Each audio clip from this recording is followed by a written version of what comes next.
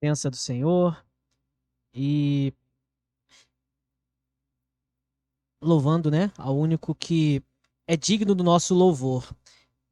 Essa semana, começo da semana, né, semana passada, melhor dizendo, né, porque hoje já é semana, nova semana, né?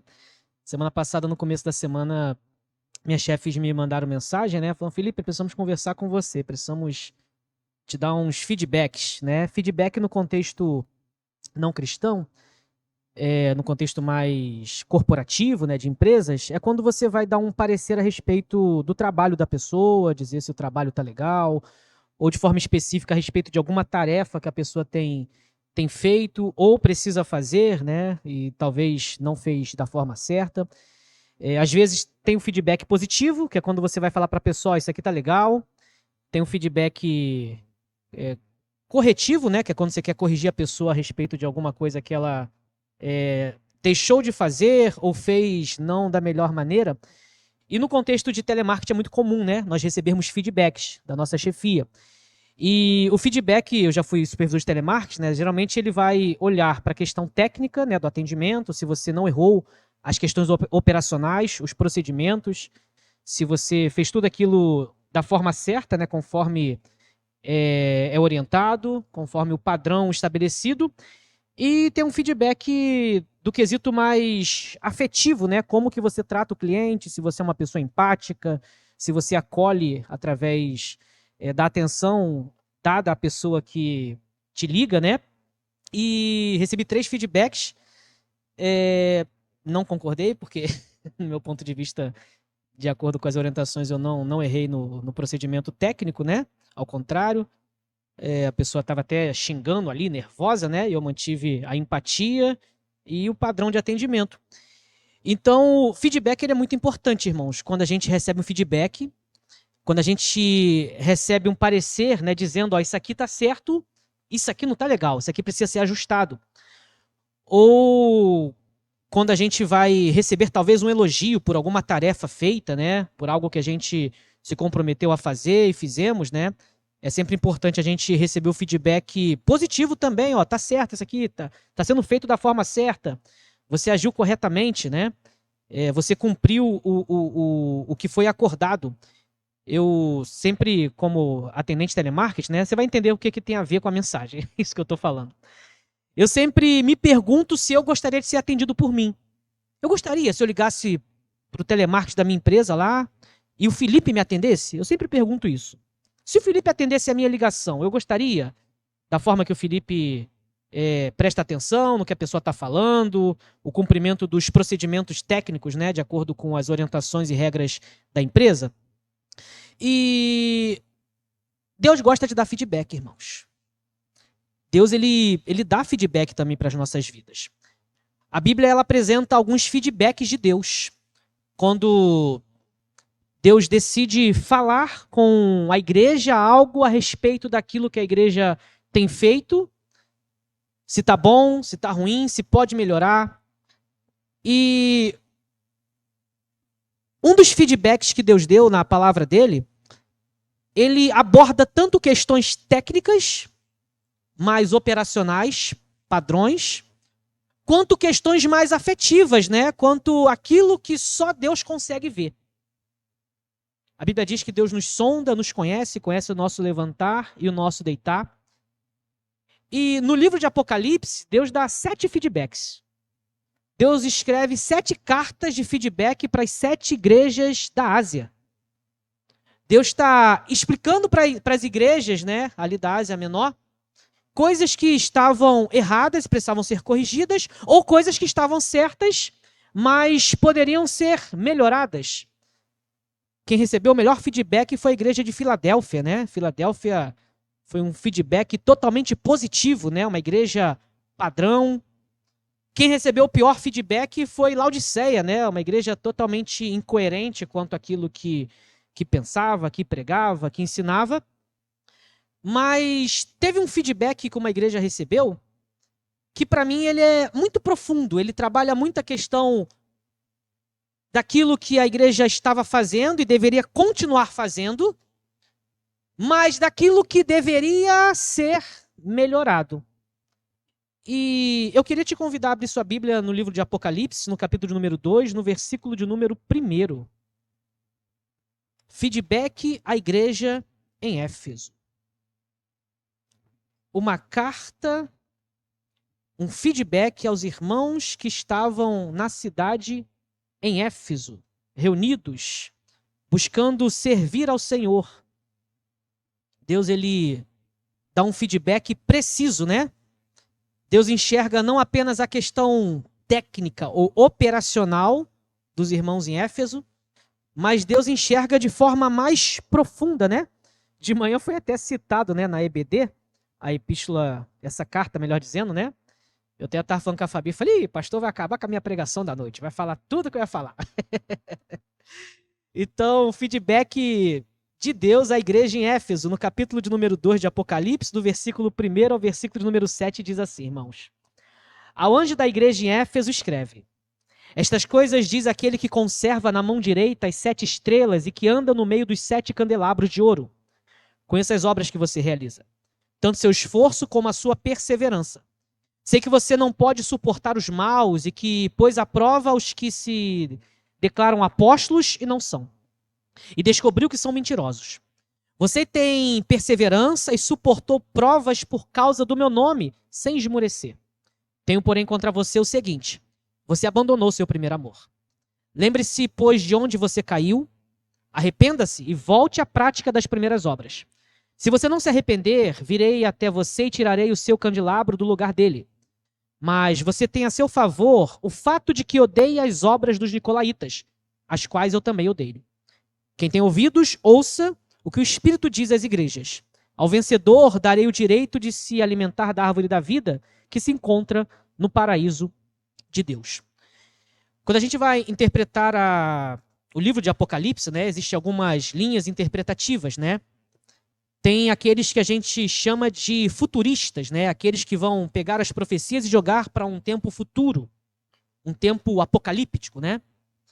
Tem os preteristas, aqueles que vão enxergar os escritos de Apocalipse apenas para a época que foi escrito, o tempo passado. Tem os historicistas, aqueles que vão enxergar no decorrer da história cumprimentos apocalípticos, né, na igreja e na sociedade de uma forma geral. E tem os idealistas, aqueles que vão entender que Apocalipse vai estabelecer um ideal de vida transformada, de igreja relevante, de vida com Deus. Cada uma dessas vertentes vai nos ensinar como olhar melhor os textos de Apocalipse. E a primeira carta, ou o primeiro feedback que Deus vai dar através de João, o apóstolo do amor, João escreve o feedback à igreja em Éfeso. E João tinha sido um dos pastores em Éfeso. O apóstolo do amor, ele tinha pastoreado por um período, tanto que as epístolas de João, elas vão ser escritas de alguma forma expressando esse contexto. Um homem que andou com o amor encarnado, ou seja, que andou com Jesus, e que vai dizer aquilo que nós vimos, ouvimos, e as nossas mãos apalparam. Ou seja, eu vi o amor, eu ouvi a respeito do amor a partir do próprio amor encarnado, e eu toquei, as minhas mãos tocaram no verbo amoroso, no verbo de Deus, o próprio Cristo. Antes de João, provavelmente em Éfeso, Timóteo esteve pastoreando também essa cidade.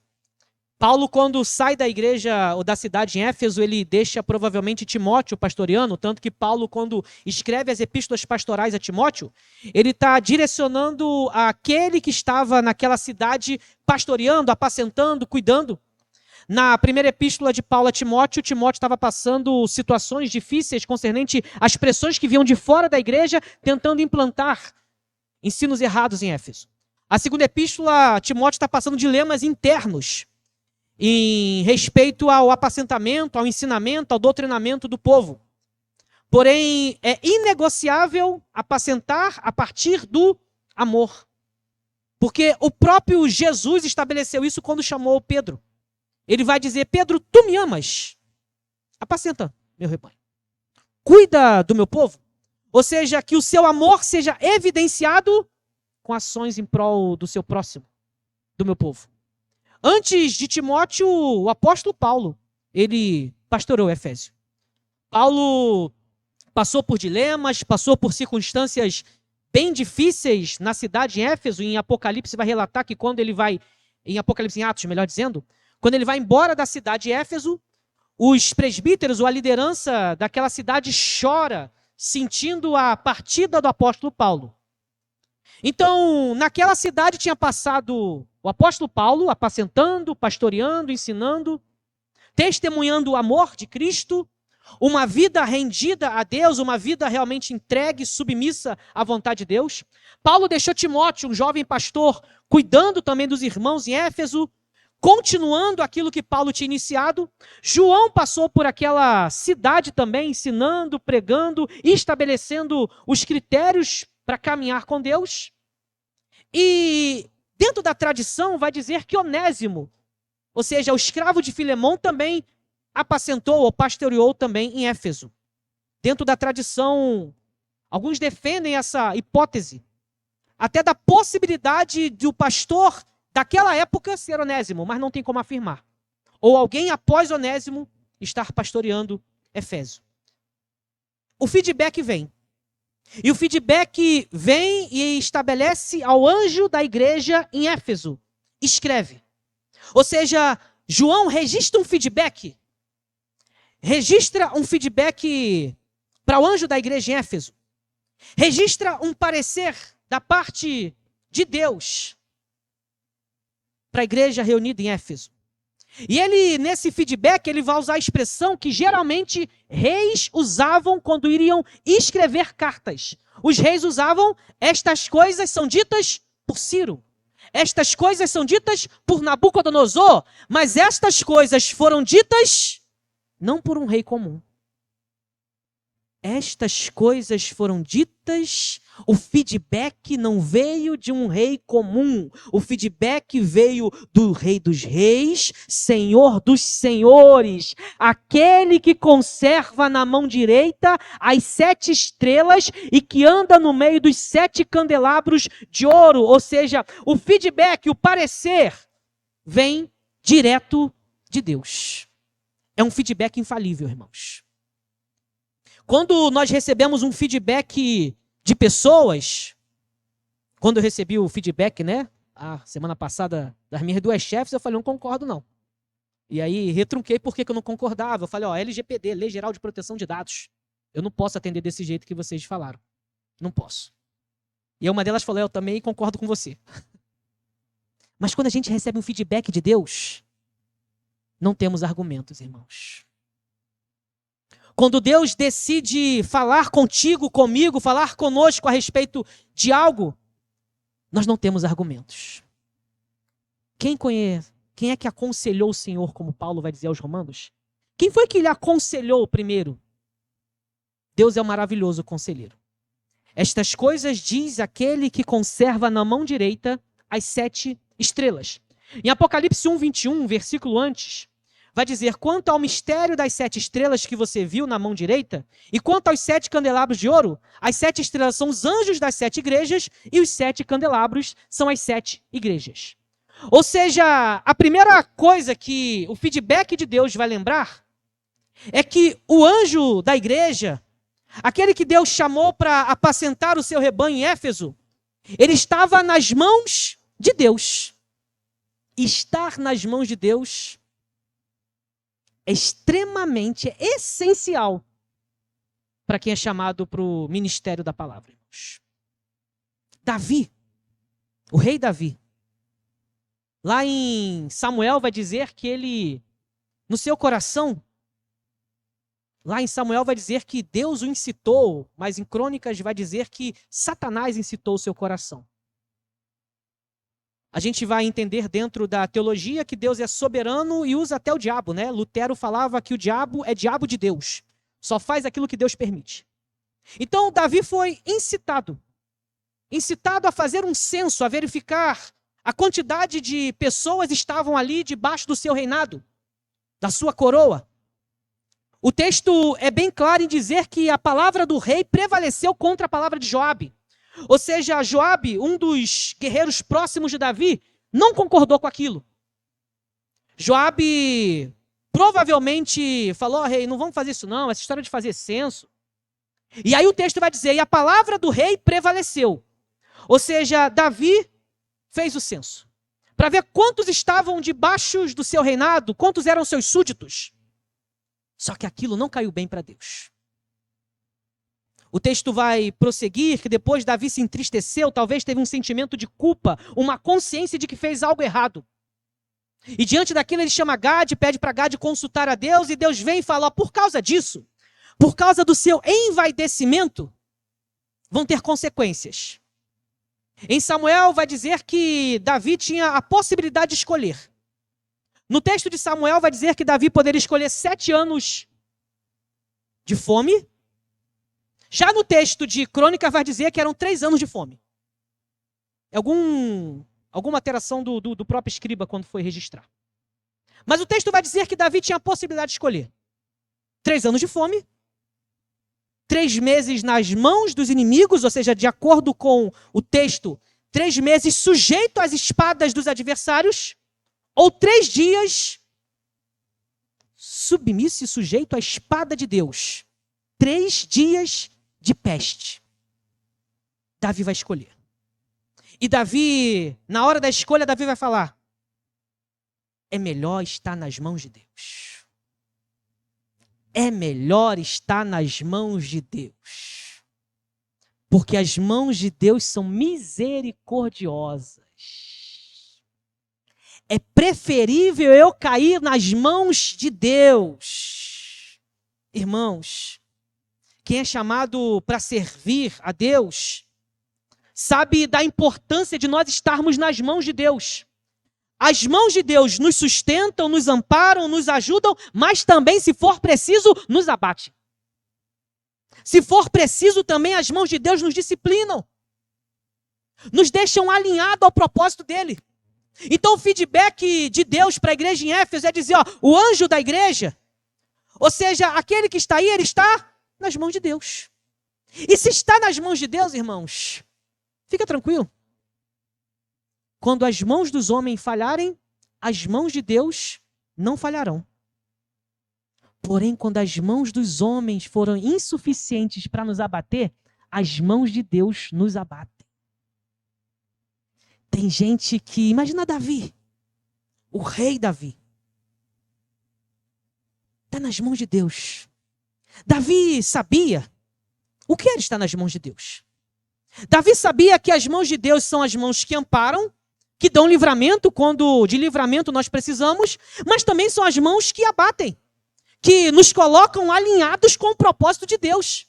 Irmãos, as mãos de Deus são precisas na condução das nossas vidas. Então o feedback para a igreja em Éfeso é, o anjo da igreja está nas minhas mãos. Se eu tiver que abater, eu vou abater. Se eu tiver que levantar, eu vou levantar. Eu vou fazer conforme eu quero. As mãos de Deus são o lugar mais seguros para estarmos. Mais seguro, irmãos. É melhor cair nas mãos de Deus. É melhor estar nas mãos de Deus. É melhor nos submetermos à mão do Senhor. Mas, pastor, Deus está me exortando. Deus está me alinhando para o seu propósito. Glória a Deus, porque são as mãos de Deus que estão fazendo. Por quê? Porque Ele nos fez. Formou o homem do pó da terra. As mãos de Deus são especialistas. É especialista em mexer com ser humano, com gente. Se tem alguém que sabe como levantar, sustentar, mas também abater, esse alguém é Deus. Deus tem o jeito certo de cuidar de cada um de nós. O jeito certo. Pastor, estou passando por prova. Estou nas mãos de Deus. Você está nas melhores mãos. Pastor, estou passando um perrengue e estou nas mãos de Deus. Glória a Jesus que você está nas mãos dele. Pastor, estou me achando demais. Fica tranquilo. As mãos de Deus vão te levar para o lugar certo. Para você se reencontrar. Para você se reencontrar. Irmãos, eu estou no ministério desde 2014, né? E desde 2014 eu tenho aprendido a importância de estar debaixo das mãos de Deus. Tanto no quesito de que é as mãos de Deus que me sustenta, mas que também é as mãos de Deus que me abate. E tem prova que você vê a pessoa passando e você, poxa, mas o que é isso? A pessoa, eu sei que é as mãos de Deus. Eu sei. Eu sei que é Deus me aprumando para o seu propósito. Certa vez, eu era missionário, né? E como missionário, a gente falava em muitas igrejas a respeito da missão. Fazia campanha missionária nas igrejas, né? E aí, certa vez, eu fui numa igreja e eu, particularmente, não me envaidecia. Eu lembro que tinha missionários que falavam, eu não vou em igreja em comunidade. Eu falei, eu vou. Só não vou entrar sozinho, vou pedir para alguém me buscar na entrada da comunidade. E aí, certa vez, a gente estava tendo um encontro de missionários numa igreja lotada, não vou falar o nome da igreja. E aí o meu chefe falou, ó, o Felipe que vai dar a palavra em nome dos missionários. E dei a palavra, tá bom. Aí tinha um amigo meu que estava no meio do povo e filmou aquele momento que eu estava dando a palavra. Aí meu amigo me mandou um vídeo. Meu amigo, olha até onde Deus te levou no seu ministério.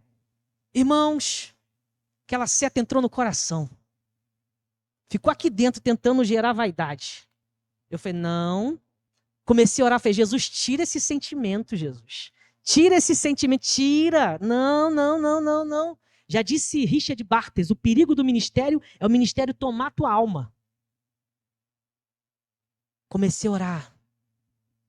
As mãos de Deus veio, me abateu, me botou alinhadinho no propósito que Deus tinha. É aqui que eu te quero. Direitinho, alinhadinho, alinhadinho, bonitinho. Então, irmãos, está debaixo das mãos de Deus? Descansa. Quando as mãos dos homens falharem, as mãos de Deus te sustentarão. Mas também, quando as mãos dos homens não conseguirem te alinharem, fica tranquilo. As mãos poderosas do Senhor nos alinham para o propósito dele. Estas coisas diz aquele que conserva na mão direita as 7 estrelas. Aquele que em suas mãos estão os pastores das 7 igrejas e quem ele chamou para o ministério. Quem Deus chama, as mãos de Deus conduzem, amparando e abatendo se for necessário. Também, aquele que anda no meio dos 7 candelabros de ouro. Na tenda ficava o local santo e o santo dos santos. No lugar santo ficava o candelabro, em frente à mesa dos pães da propiciação. O candelabro ele tinha um formato de amêndoa. Ele era feito de ouro puro, mas tinha um formato de amêndoa. Por quê? Porque a amêndoa é um fruto que desperta antes do inverno. Ela chega antes do inverno. Ela consegue despertar antes das outras árvores. Então, o sacerdote tinha que acender as lâmpadas do candelabro para iluminar o lugar santo. O texto vai dizer que os candelabros são as 7 igrejas. Mateus 5,16 vai dizer, assim brilhe a vossa luz diante dos homens, para que vejam as vossas boas obras e glorifiquem a vosso Pai que está nos céus. Jesus falou que nós somos a luz do mundo, que a igreja tem que iluminar esse mundo.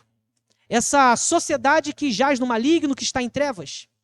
Então, o feedback vem daquele que em suas mãos estão os seus ministros, mas que ele também anda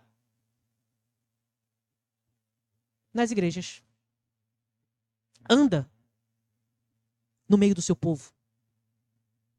Aquele que está transitando no meio do seu povo.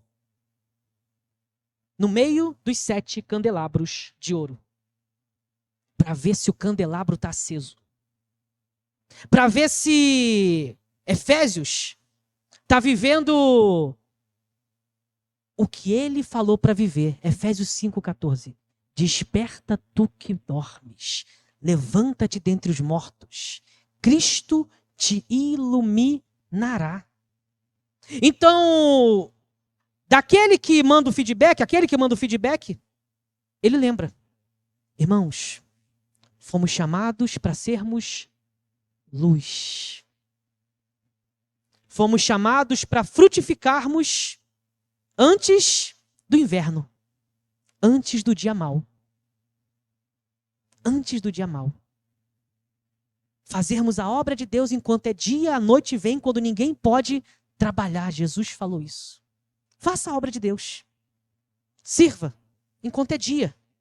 A noite vem, ninguém pode trabalhar. O feedback aos irmãos em Efésios é: vocês são um candelabro. Foram chamados para iluminar. Para iluminar? Sim. E dar frutos. Despertos para frutificar. Existe uma expressão quando vai falar da amendoeira, né? Que a amendoeira desperta para frutificar. Desperta do que dormes. Levanta-te dentre os mortos. Cristo resplandecerá. Acende a luz. Acende a luz para dar frutos. Ilumine e apresente aonde está o pão da propiciação, onde está o pão vivo. Porque as pessoas estão em trevas, tentando encontrar o pão, e a gente sabe onde está o pão da vida. Nós temos o papel de iluminar para mostrar aonde está o pão. Onde é que está o pão, igreja? Cadê o pão da vida? A sociedade pergunta. Aos irmãos em Efésios, o feedback é: vocês ainda estão despertos? Ou a luz apagou? Desperta tu que dormes. Estas coisas diz aquele que conserva na mão direita as 7 estrelas e que anda no meio dos 7 candelabros de ouro.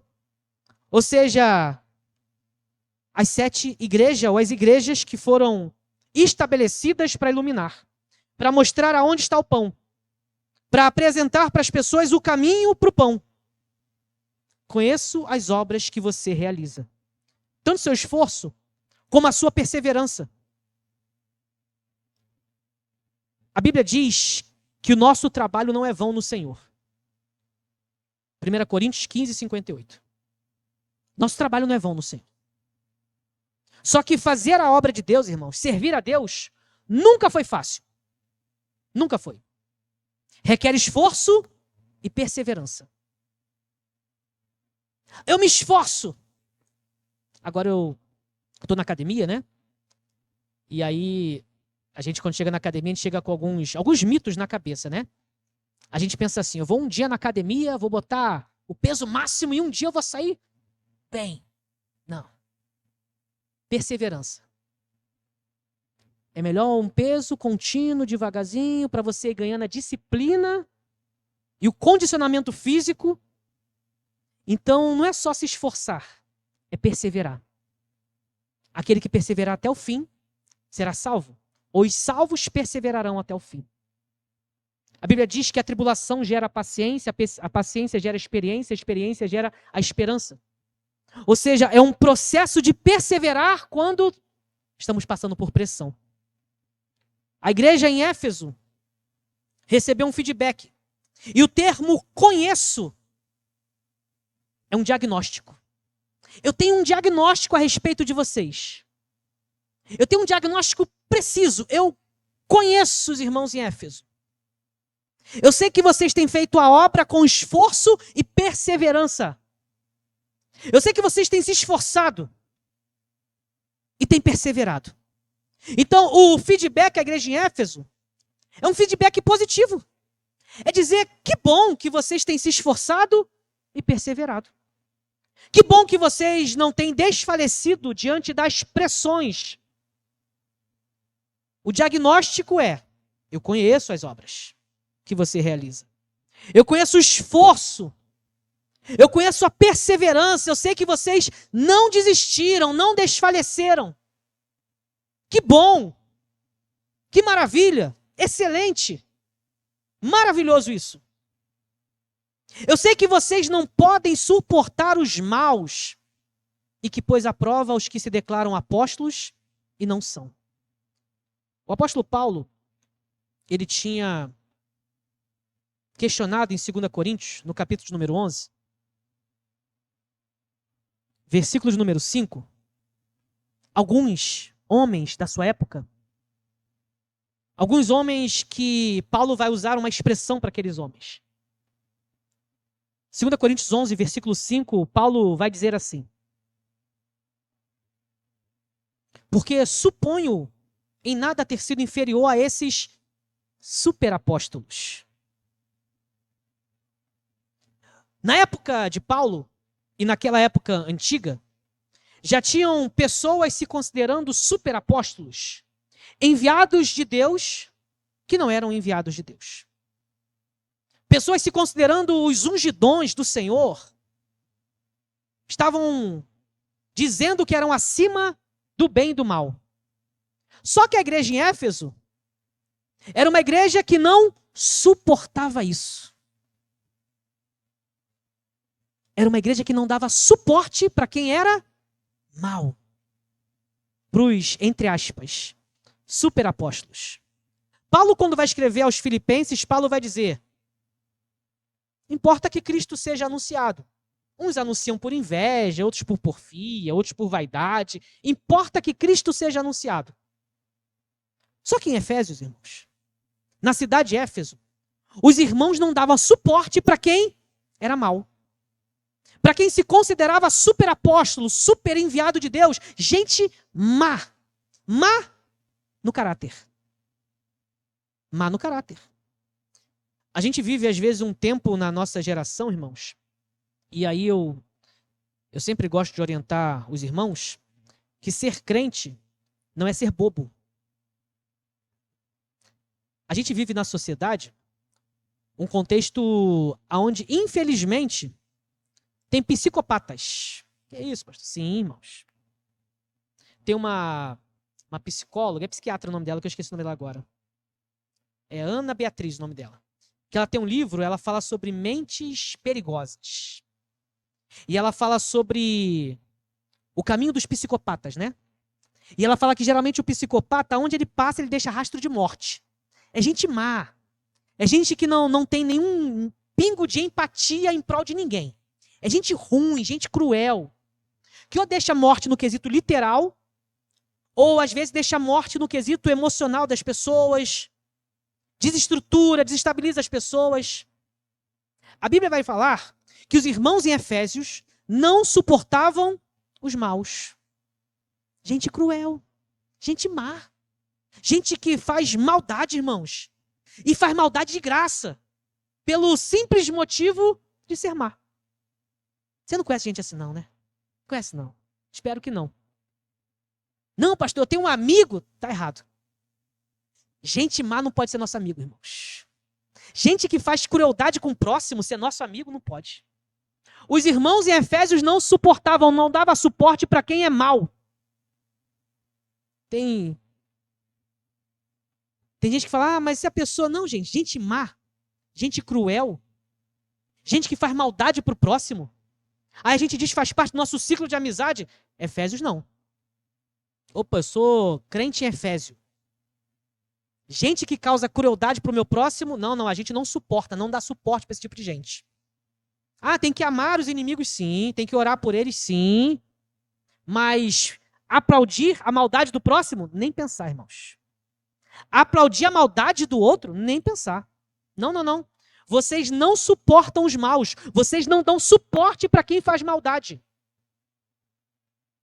Eles se declaram apóstolos e não são. Esses superapóstolos não são.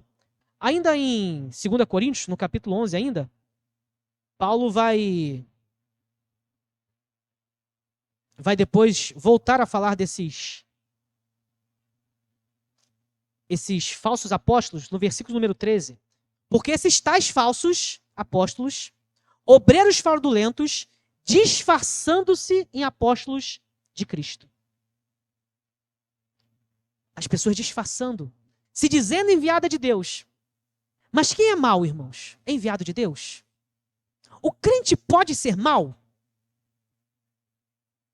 Ah, mas eu sou crente e sou mau. Irmãos, é incoerente. Ah, eu sou pastor, eu sou líder, eu sou evangélico, eu sou apóstolo, eu sou super apóstolo, mas eu sou mau, eu faço crueldade com as pessoas. Não é. Não nasceu de novo, irmãos. Não nasceu de novo. Não nasceu de novo. Gente má ainda não nasceu de novo. Gente cruel ainda não nasceu de novo. Quem nasce de novo não quer fazer mal para o seu próximo. Vocês têm perseverança. Vocês suportaram provas por causa do meu nome e sem esmorecer. Ou seja, vocês se mantiveram suportando as pressões. A obra de Deus é feita sob pressão, irmãos. Não, pastor, eu faço a obra de Deus e não tenho pressão. Misericórdia, irmãos. Misericórdia. Eu não consigo, irmão. Não consigo. Tipo assim, desde que eu nasci de novo, que tem pressão. Tem pressão da família para você não se batizar nas águas. Tem pressão dos amigos dizendo, ficou doido, agora só quer saber de Jesus. Tem pressão dos hereges dizendo, vai desse jeito aqui. Opa, calma aí. Tem pressão dos infiltrados. Não, que isso? Esperar? Esperar para ter relação sexual só depois do casamento? Não. Gente, caminhar com Deus tem pressão, irmãos. Só que os irmãos em Efésios suportaram a pressão. Suporta a pressão. Mas, pastor, não vai ser fácil, não. O evangelho não é fácil, irmãos. Nunca foi. Nunca foi. Você tem perseverado? Você suportou as provas por causa do meu nome. Ou seja, não foi por causa de você. Não foi para dizer, suporta, para dizer que você é muito bom. Suporta essas pressões para mostrar para todo mundo que você é o cara, que você pode fazer o que quer. Não, não. Suporta por causa do nome que está acima de todo nome. O nome a qual todo joelho vai se dobrar e toda língua vai confessar. Eu já falei isso para os irmãos, né? Uma vez, quando eu era novo convertido, aí tinha um irmão que ele era mais antigo, né? Crente antigo, numa igreja que eu conhecia. E aí esse irmão chegou e falou assim, o tempo vai dizer se você virou crente. O tempo vai dizer. Com o tempo nós vamos ver se você virou crente. Ou seja, se eu vou suportar as pressões e perseverar. Hoje, infelizmente, esse irmão está afastado do evangelho. Infelizmente. Ou seja, ele não suportou. Suporta a pressão. Não ceda. Não ceda. Mas estão botando muita pressão. Não ceda. Não ceda. Não ceda. Suporta as pressões por causa do nome de Cristo sem esmorecer.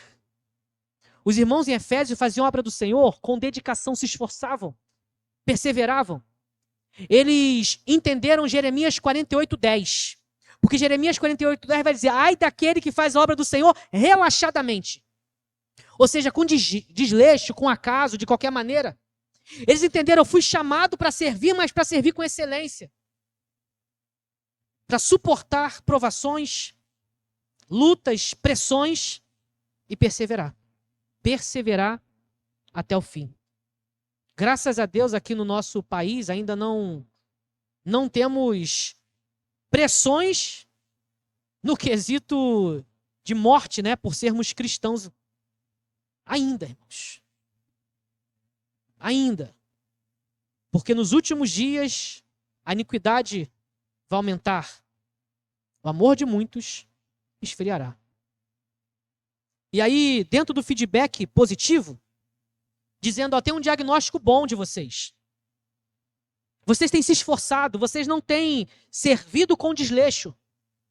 Não têm feito a obra do Senhor relaxadamente. Vocês entenderam o que Jeremias falou? Ai de quem faz a minha obra de forma relaxada. Ou seja, vocês têm se esforçado, têm perseverado, têm suportado a pressão. Vocês não estão dando suporte para quem é mau, para homem mau, para os superapóstolos. Aqueles que são obreiros fraudulentos, que são uma fraude, dizem que são, mas não são. Mas tem uma coisa. Tem uma questão. Tem um ponto nesse feedback que vocês precisam ajustar. Tá legal. Vocês suportam as pressões, vocês não servem com desleixo. de forma relaxada. Vocês se esforçam, vocês não dão suporte para quem é mal. Que bom, que bom, que bom. Porém, tenho uma coisa nesse feedback.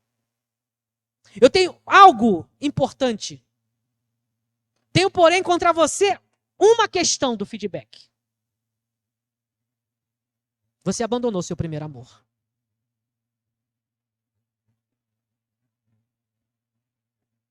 Você abandonou o primeiro amor. Você continua fazendo aquilo que tem que fazer, mas só para cumprir uma rotina. Você se tornou um excelente religioso. Você continua cumprindo de forma formal tudo o que tem que cumprir.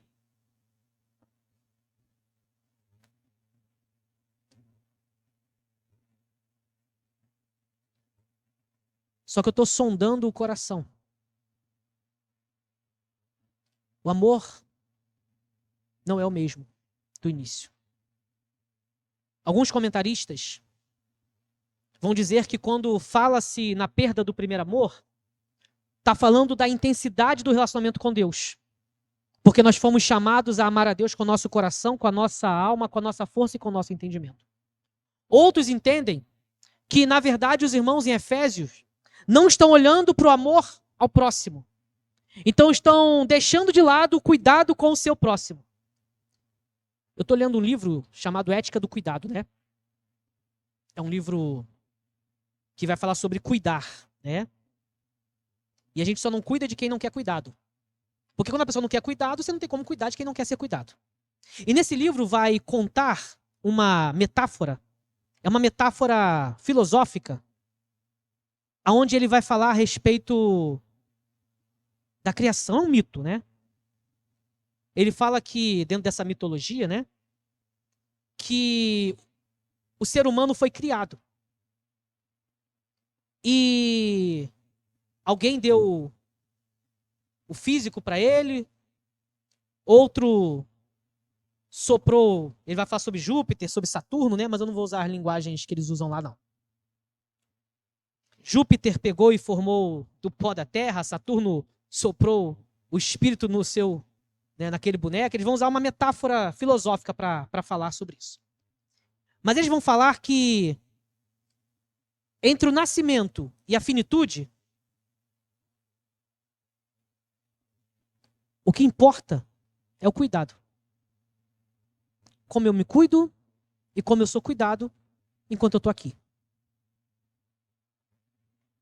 No final da metáfora, vai dizer que aquele que deu o corpo queria dar o nome para aquilo que criou. Aquele que concedeu o espírito queria dar o nome para aquilo que criou. Mas no final foi concedido aquele que cuida, nomear. E aí o cuidado chamou a criação de ser humano, de homem. Porque o ser humano precisa de cuidado. Precisa ser cuidado. Então alguns comentaristas vão alinhar que os efésios não cuidavam mais da forma amorosa do início. Deixaram de cuidar. Não, eu vou cuidar na glória. Tem que ser aqui. Eu vou amar na eternidade. Tem que ser aqui. A gente tem que amar aqui, irmãos. A gente tem que cuidar aqui. Tenho, porém, contra você o seguinte. Você abandonou seu primeiro amor. Eu entendo e creio que não tem como eu dizer que eu amo a Deus e não amo o meu próximo. João, o apóstolo do amor que escreve a epístola, ele falou: como é que eu vou dizer que eu amo a Deus que eu não vejo se eu não amo meu irmão que eu estou vendo? Então, quando João está lembrando os irmãos em Éfeso a respeito do amor, João sabe o que ele ensinou aos Efésios. João sabe o que ele ensinou. Eu ensinei aos irmãos em Efésios que amar a Deus e amar ao próximo estão juntos. Eu não posso dizer eu amo a Deus, mas eu não amo meu irmão. Como que eu amo a Deus que eu não vejo e não amo meu próximo que eu vejo? Então você deixou o primeiro amor, por quê? Porque você diz que ama a Deus, mas isso não é visto no amor ao próximo. Lembre-se, pois, onde você caiu. Lembre-se Onde você deixou de amar a Deus da forma que você amava no início? Você dizia, Deus, vou enfrentar o que tiver que enfrentar. Ah, estou sendo perseguido, mas ainda assim eu vou testemunhar o teu amor para essa pessoa.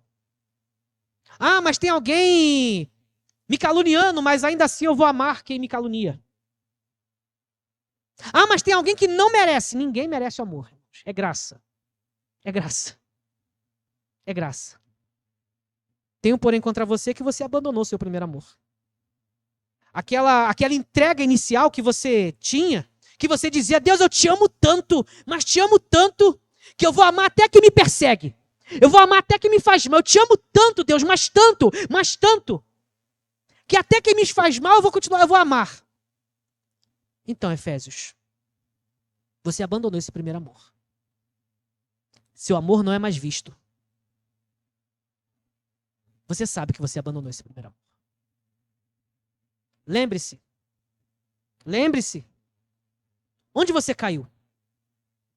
Paulo vai dizer que quem está de pé, olhe ou vigie para que não caia.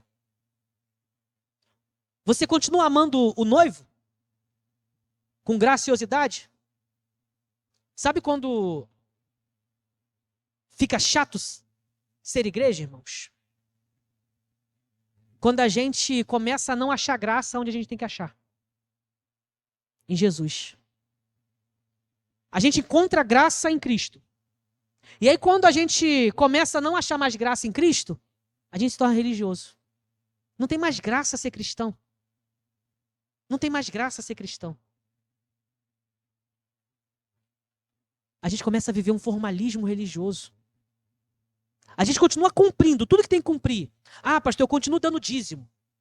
Pastor, não falta um culto. Ah, pastor, eu sou líder de célula. Não, pastor, eu cumpro tudo que eu tenho que cumprir. Eu sou obediente. Beleza. A questão é, feedback, está faltando uma questão. O primeiro amor. Que bom. O feedback foi, tá beleza, tá legal. Vocês estão cumprindo à risca tudo que tem que cumprir. Mas eu estou vendo mais profundo, tá faltando algo mais profundo. Eu sei o potencial de vocês, mas eu sei o início de vocês. Eu sei como vocês começaram. É isso que está faltando, o início. Esse jeito das primeiras obras. Essa maneira de servir com intensidade, com entrega. Eu acho que eu já contei essa história aqui na igreja, né? Certa vez um pregador estava pregando e fez o apelo e falou: quem quer se entregar a Jesus? E entra na igreja um homem que não tinha as duas pernas se arrastando. E ele chega em frente ao pregador e pergunta: pregador, Deus aceita um homem pela metade?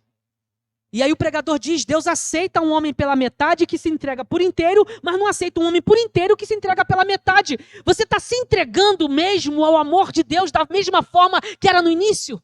Irmãos, eu tenho orado tanto, pedindo, Deus, me dá de volta o primeiro amor, eu quero aquela intensidade, aquele jeito, sabe assim, ah, mas está acontecendo isso, não estou nem aí, eu quero saber de Jesus, e as outras coisas, eu quero saber de Jesus, se eu estou agradando a Deus, se eu estou servindo a Jesus, eu não estou nem aí para as outras coisas, ah, mas estão falando de você, eu não estou nem aí, eu quero Jesus, porque quando a gente quer Jesus, irmãos, as outras coisas não importam. Não importa as provas, não importa as lutas, só importa que a gente tem Jesus, irmãos. Então, é isso, cadê aquele primeiro amor, aquela intensidade, aquela entrega? Aquela entrega inicial. Aquele simplesmente se derramar. Dizer, Deus, a minha vida é sua, faz o que quiser. Aí Deus começa a fazer. Aí a gente, não, calma aí, Deus, eu falei brincando. Não, você falou de verdade. Você falou que a sua vida é minha, que eu posso fazer o que eu quero. Eu estou fazendo o que eu quero. Você falou. Aí agora você quer devolver, pedir de volta a sua vida para você. Você falou, Jesus, a minha vida é sua. Aí agora você tem, Jesus, tem como devolver para eu fazer do meu jeito?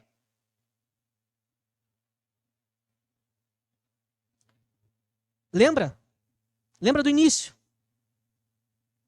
Lembra do início da caminhada? Eu lembro uma vez, irmãos. Eu era novo convertido, né? E aí eu tava na 28, foi na 28 de setembro. E aí tinha uma pessoa que passou por mim e pediu dinheiro, né? Dá dinheiro. E eu, particularmente, eu não gosto de dar recursos financeiros para as pessoas não usarem com drogas. A pessoa me dá dinheiro. Eu falei, não dou dinheiro, não. Só que eu fiquei me questionando no meu coração. Eu falei, Deus, Eu falei que eu não tenho mais nada, mas Deus, eu falei mesmo, Deus, quem tem fome não pede dinheiro, pede comida. E eu fiquei me questionando. E fui para casa, na época eu morava com a minha mãe, eu morava ali na favelinha do metrô, num bequinho, né? Um bequinho sem saída que tinha. Eu falei, Deus, quem tem fome pede comida, não pede dinheiro. Naquela noite, irmãos, uma pessoa bateu na porta lá da casa da minha mãe. Eu fui lá e a pessoa falou, eu quero comida. Não era comum as pessoas entrar no beco lá e pedir comida. Que era um beco sem saída. E aí eu peguei, fui lá pro armário e falei, mãe, o que tem? Minha mãe, Felipe, não tem nada, só tem biscoito. Eu falei, então vai ser biscoito. Será que a gente ainda ama com a mesma intensidade? Será que a gente ainda se preocupa com o próximo do mesmo jeito que a gente se preocupava no início da caminhada? Será que a gente está realmente orando para que as pessoas se convertam? Ou a gente está só cumprindo formalismo e regras e agendas? É só uma agenda? É só uma agenda? Ou tem contrição ainda no nosso coração? Ainda tem amor pelos perdidos? Pastor, não tem mais. A gente tem que pedir então para que volte. A gente precisa se arrepender, irmãos. Se arrepender de deixar de amar a Deus como nós dizemos e falamos no início da nossa caminhada. E nos arrepender de não amar o nosso próximo como Jesus nos ama. Aos irmãos em Efésios, o feedback é: arrependam-se. Porque vocês não amam mais a Deus como vocês amavam no início. E vocês não amam mais o seu próximo como Jesus ama vocês. Arrependam-se. Voltem às práticas das primeiras obras. Voltem ao início. Voltem ao início. Porque se vocês não se arrependerem, vocês perderão a autoridade.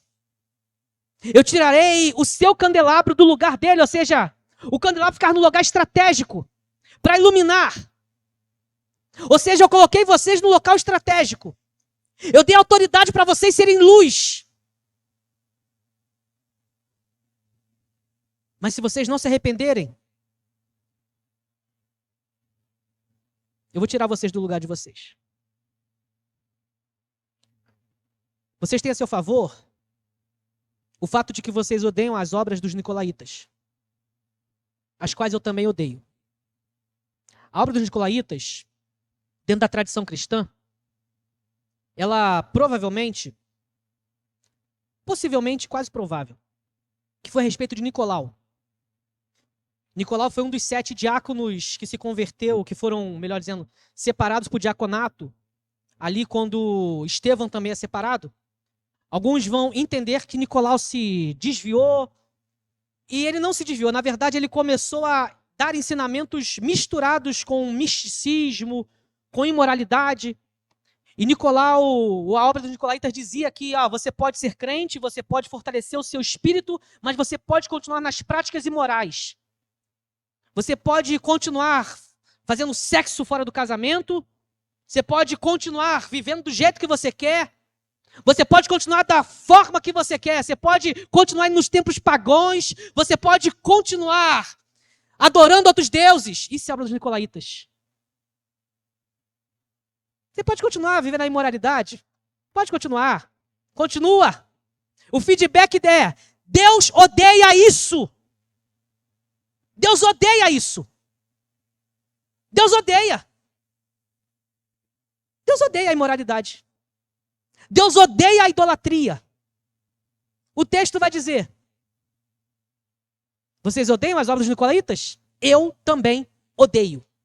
Eu odeio aquilo que é imoral. Eu odeio aquilo que é idólatra. Porque os nicolaítas falavam: pode apresentar a comida a deuses estranhos?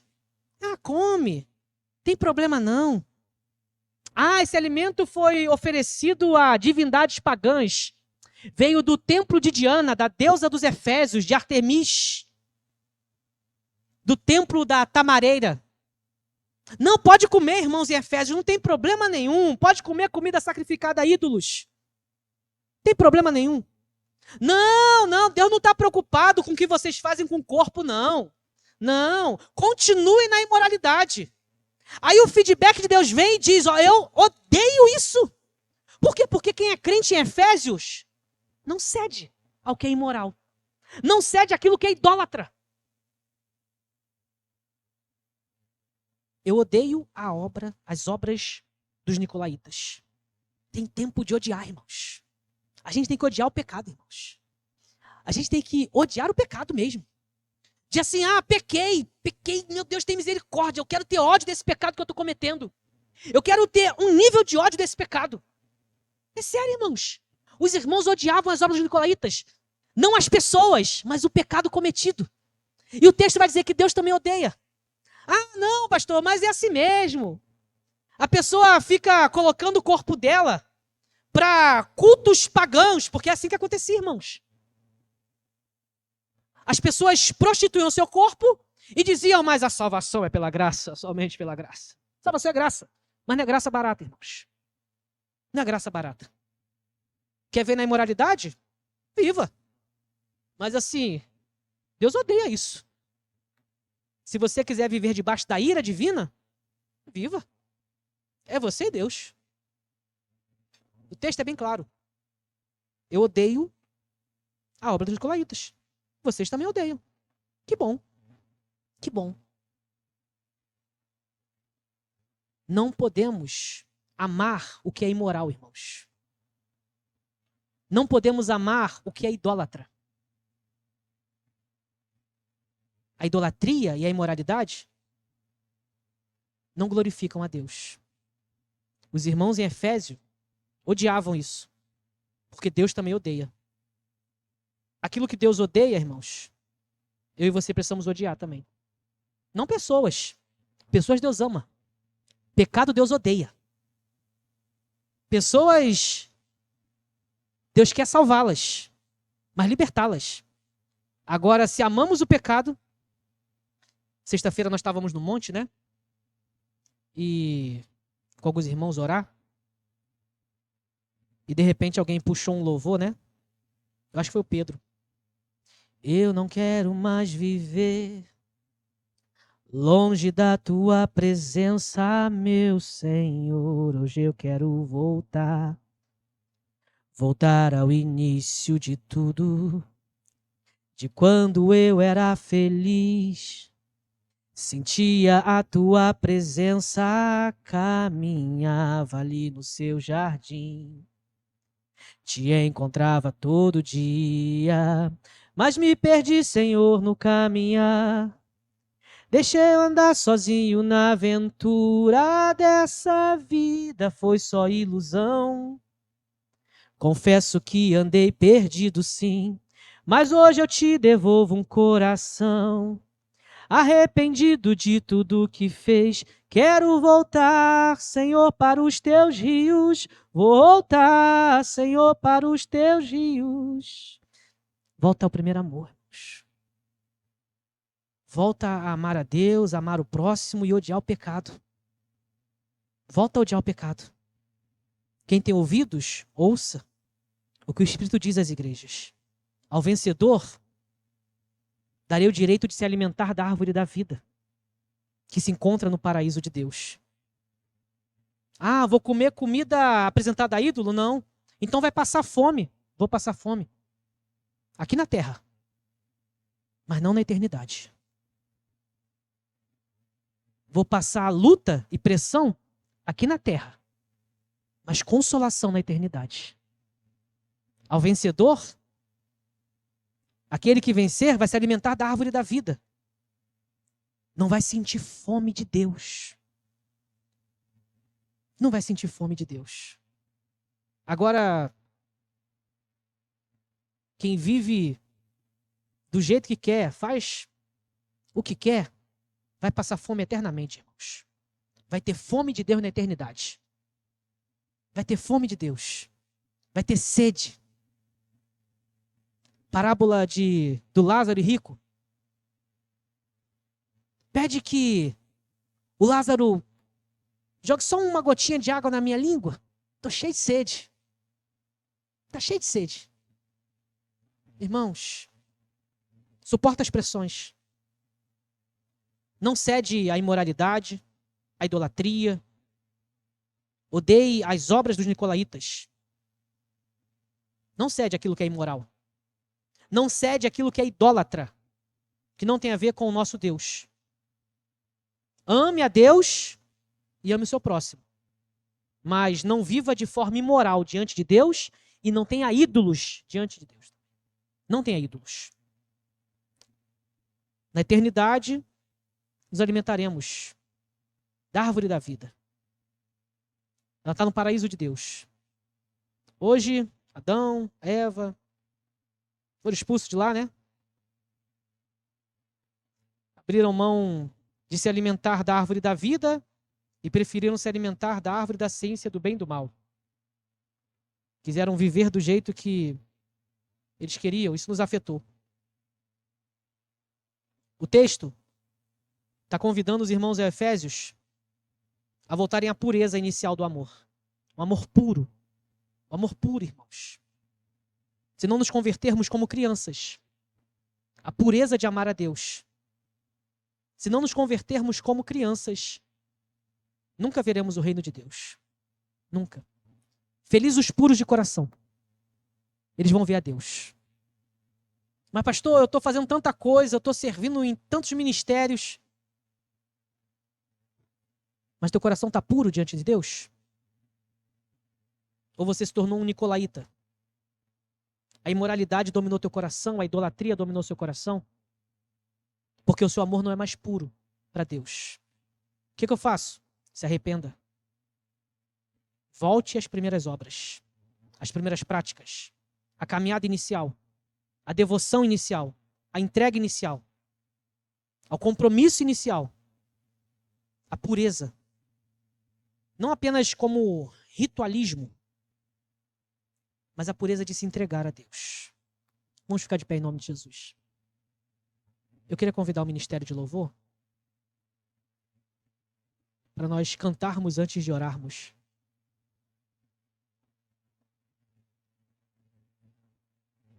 É o feedback de Deus à igreja em Éfeso, irmãos.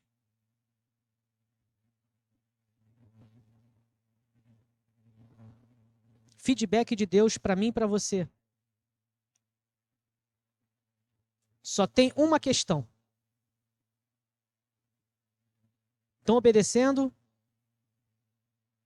mas está faltando o amor inicial. Arrependa-te. Volte às práticas das primeiras obras.